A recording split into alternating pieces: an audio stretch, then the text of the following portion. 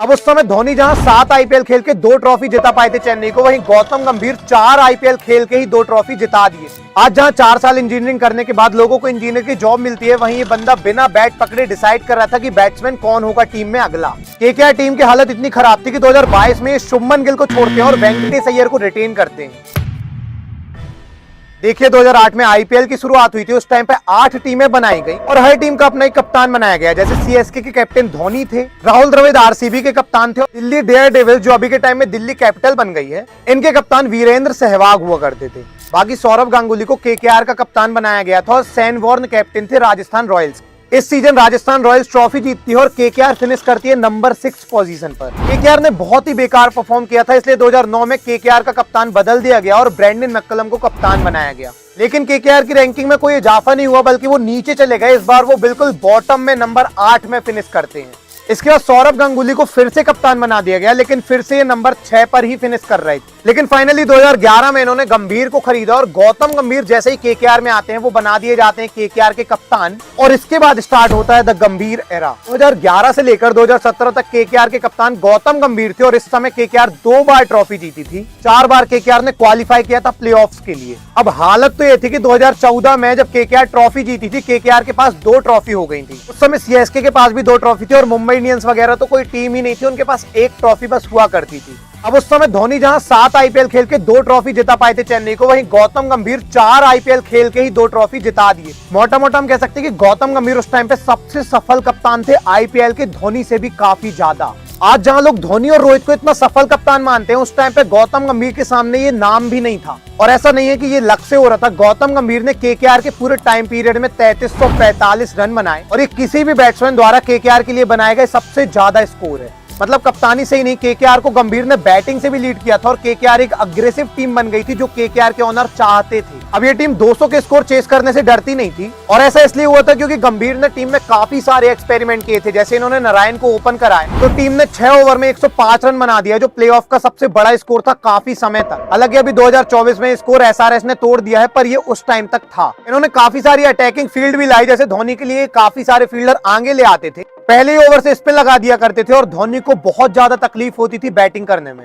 ये बहुत ज्यादा अनकन्वेंशनल डिसीजन थे कि आप पहले ओवर से स्पिनर को लेके आओ, सुनील नारायण को ओपन कराओ, धोनी के लिए पूरी पास में फील्डिंग करा दो। लेकिन गंभीर के ये डिसीजन टीम को आगे तक लेकर जा रहे थे और ये ट्रॉफी पे ट्रॉफी उठा रही थी। इनका माइंडसेट जीतना था, चाहे वो दिल्ली की यंग टीम के खिलाफ हो या फिर आरसीबी जैसी एक्सपीरियंस टीम के खिलाफ। अब सब कुछ बहुत सही चल रहा था, लेकिन 2018 आता है जब गंभीर केकेआर को छोड़ देते। 2018 में गंभीर कहते हैं कि ये मेरा आखिरी आईपीएल है और मैं अपना आखिरी आईपीएल अपनी होम टीम से खेलना चाहता हूं, मतलब दिल्ली से। और 2018 में जैसे ही मेगा ऑक्शन हुआ, केकेआर ने इनकी बात मान के इनको रिटेन नहीं किया। बेसिकली 2018 में ये दिल्ली में चले गए, जहां ये एक भी अच्छा परफॉर्म नहीं करते हैं और उसके बाद संन्यास भी ले लेते हैं आईपीएल से। इस समय केकेआर को लग रहा था कि हम काफी मजबूत टीम हो गए, हमें गंभीर की जरूरत है भी नहीं।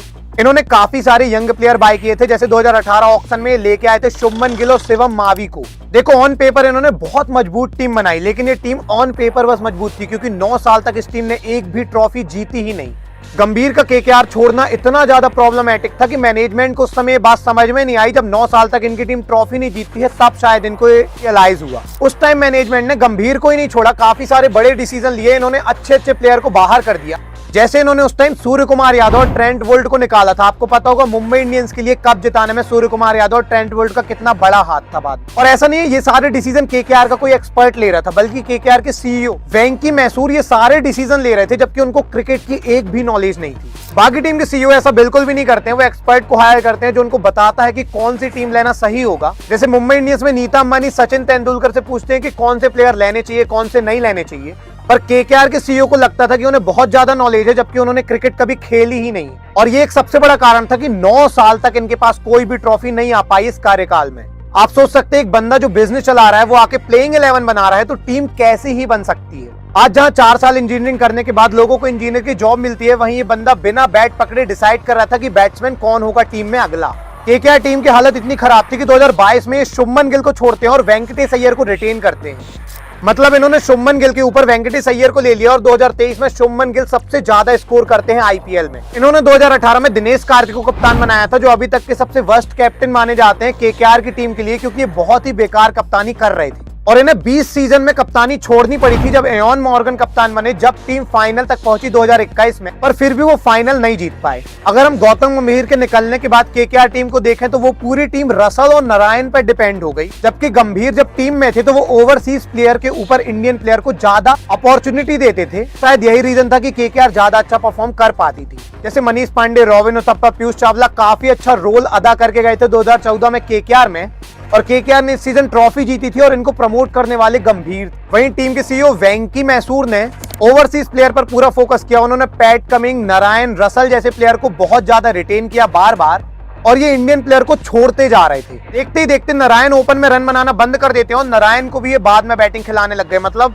गंभीर ने एक बॉलर को बैट्समैन बना दिया ओपन भेजकर, और केकेआर की टीम मैनेजमेंट नारायण को ड्रॉप करके 8 नंबर पर भेजना शुरू कर देते हैं। पर इसके बाद आता है ईयर 2024, जिसमें गौतम गंभीर एक बार फिर से वापस आते हैं एज अ मेंटर केकेआर की टीम। अब कुछ रिपोर्ट की माने तो शाहरुख खान ने ब्लैंक चेक दिया था कि अगले 10 साल तक ये केकेआर के साथ रहें और इनको खिलाएं। ये डिसाइड करते कि श्रेयस अय्यर कप्तान होंगे, वेंकटेश अय्यर रिंकू सिंह को ये ऊपर प्रमोट करेंगे और नारायण फिर से ओपन आएंगे। गंभीर को ये बात पता थी कि केकेआर की बैटिंग बहुत ज्यादा मजबूत है, अगर उन्हें किसी की जरूरत है तो वो बॉलर्स हैं। इसलिए हमने देखा कि ऑक्शन में गंभीर ने एक ही प्लेयर को सबसे ज्यादा पैसे में खरीदा, 24 करोड़ 75 लाख में, और वो मिचेल स्टार्क। इन्होंने 1/3 पैसा मिचेल स्टार्क पे लगा दिया और बाकी प्लेयर इन्होंने लिए ही नहीं। 2014 जैसे नारायण के साथ इन्होंने ओवरसीज प्लेयर को ओपन कराया, बीच में पूरी इंडियन बैटिंग थी।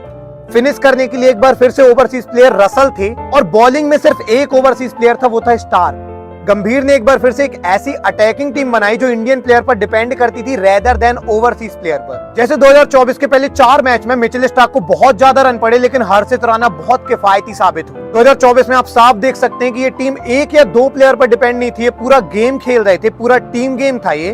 और अब क्या होना था, 2024 में केकेआर ने एक बार फिर से नंबर 1 में फिनिश किया और कप भी उठाया, और पूरे 10 साल बाद गंभीर ने एक बार फिर से प्रूव कर दिया कि एक छक्के ने वर्ल्ड कप नहीं जिताया था। ऐसे अभी गंभीर इंडियन टीम के हेड कोच बनने वाले हैं, और कुछ रिपोर्ट की माने तो ये हाँ भी कर चुके हैं। पर इसमें एक प्रॉब्लम है कि इंडियन टीम का कोई भी मेंटर या हेड कोच कोई भी आईपीएल टीम को मेंटर नहीं कर सकता है, तो गंभीर को केकेआर छोड़नी होगी अगेन। मतलब एक तरफ शाहरुख खान ने उन्हें यहाँ 10 साल के लिए ब्लैंक चेक दिया था, वो 1 साल में ही उसको छोड़कर इंडियन टीम के हेड कोच को एक्सेप्ट कर चुके हैं। वैसे इंडियन टीम के लिए बहुत अच्छी बात है कि गंभीर जैसा हेड कोच उनको मिल रहा है, पर ये तो वक्त बताएगा कि इंडियन टीम को ये कहां तक लेके जाएंगे। आप चैनल को सब्सक्राइब जरूर से कर दीजिएगा। मिलेंगे किसी अगली वीडियो में, तब तक के लिए धन्यवाद।